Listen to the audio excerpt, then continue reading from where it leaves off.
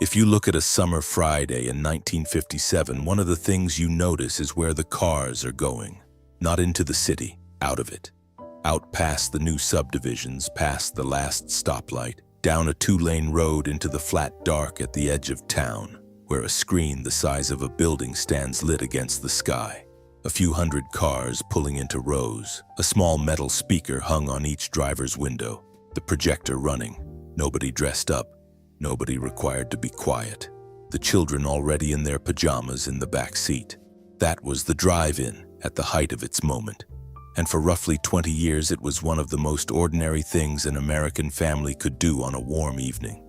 It does not exist that way anymore. The screens came down, the fields were sold, a generation grew up without ever seeing one, and another generation grew up assuming they were already gone. But the drive-in did not disappear quickly or dramatically. It was not replaced by something better in the way that a technology is replaced. It was left behind, slowly and quietly, as the world around it rearranged itself into shapes that no longer had room for a 10-acre gravel lot and a 40-foot screen. Understanding what happened to it means understanding what it was and what it needed to survive, and how those two things gradually came apart. The drive-in was invented by a man named Richard Hollingshead, a sales manager at his father's automotive chemicals company in Camden, New Jersey. The story usually told is that his mother found conventional theater seats uncomfortable, and that this domestic inconvenience set him experimenting in his own driveway in 1932.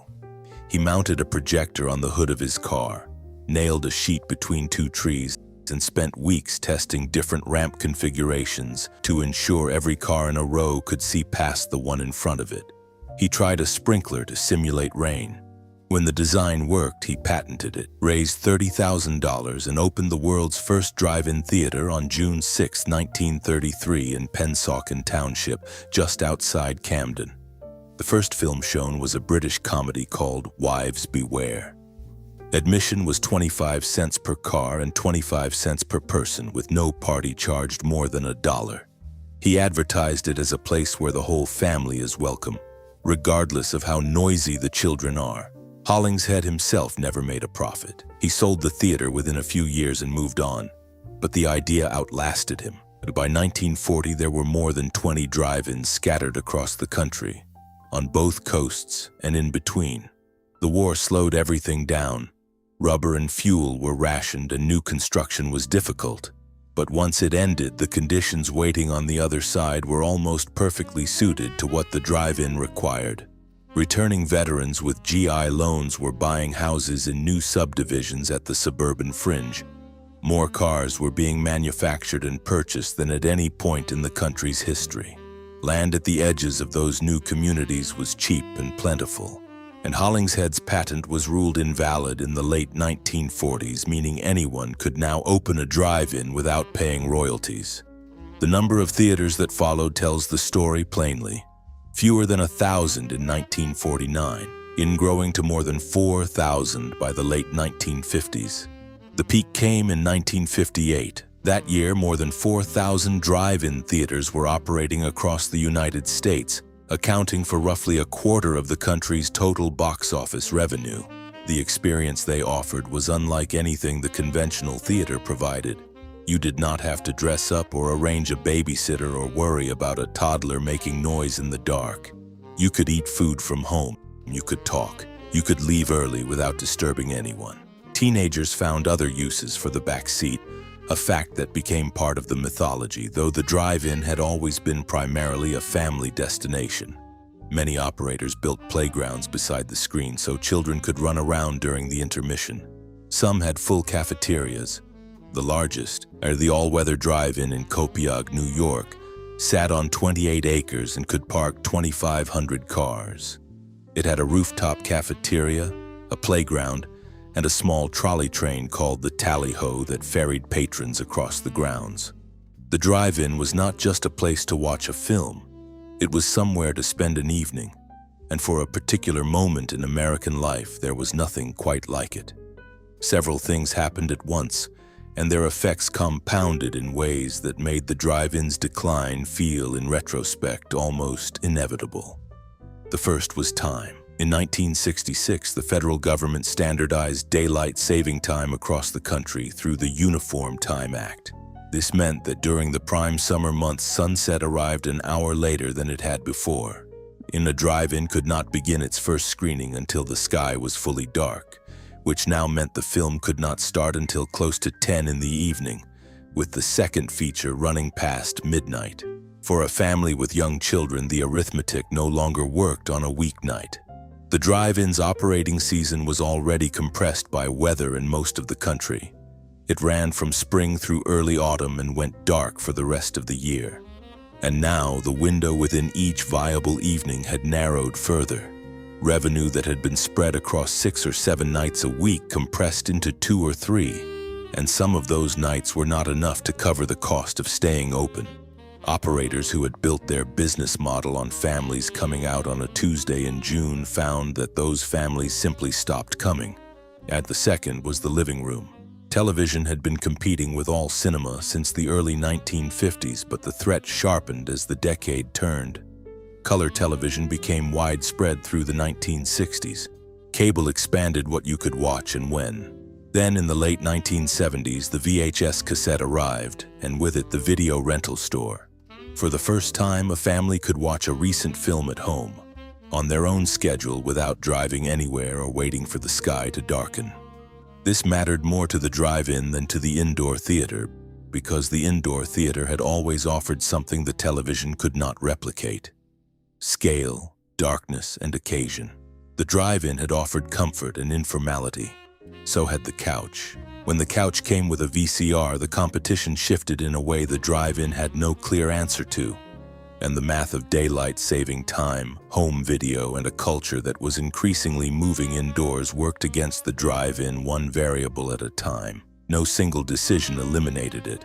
The system around it simply changed until the drive-in no longer made sense within it. What accelerated the end was land. The suburbs that had made the drive-in possible in the first place kept growing outward, and as they grew, they swallowed the fields where the screens had been built. Land that was cheap and peripheral in 1950 was neither by 1975. The 10 or 15 acres a drive-in occupied were now sitting inside developed communities, assessed accordingly and taxed on their potential rather than their actual use. Developers looked at those acres and saw something more valuable than a gravel lot and a projection booth. Shopping centers needed land, and subdivisions needed land. Big box retailers needed land. The drive-in owner, watching revenue fall while property taxes on appreciated land kept climbing, faced a calculation that was not difficult to complete.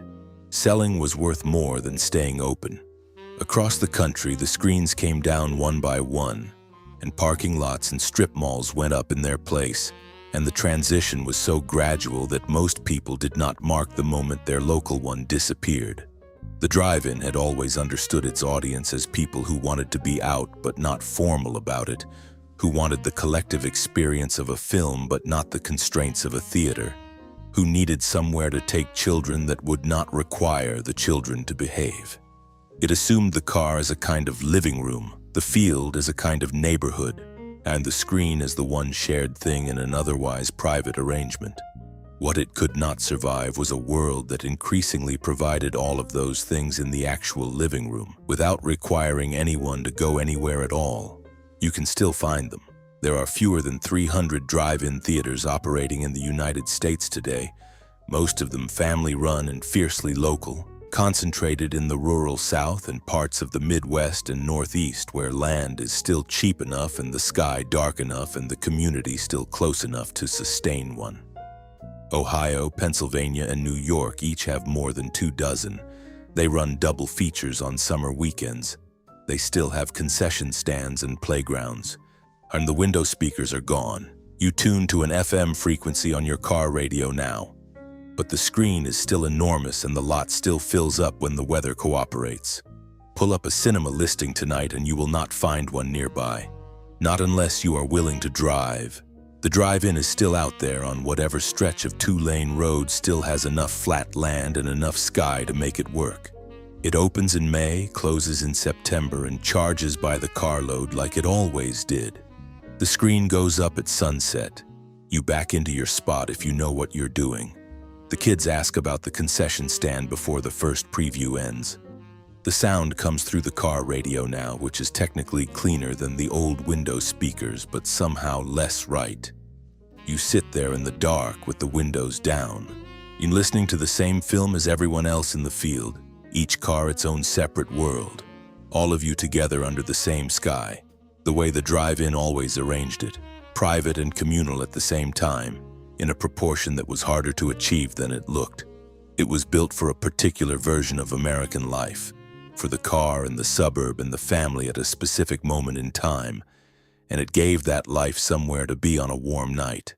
It never needed to be more than that. If this brought something back, let me know in the comments.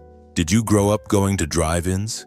Do you remember the speaker on the window or tuning the radio dial or falling asleep in the back seat before the second feature ended?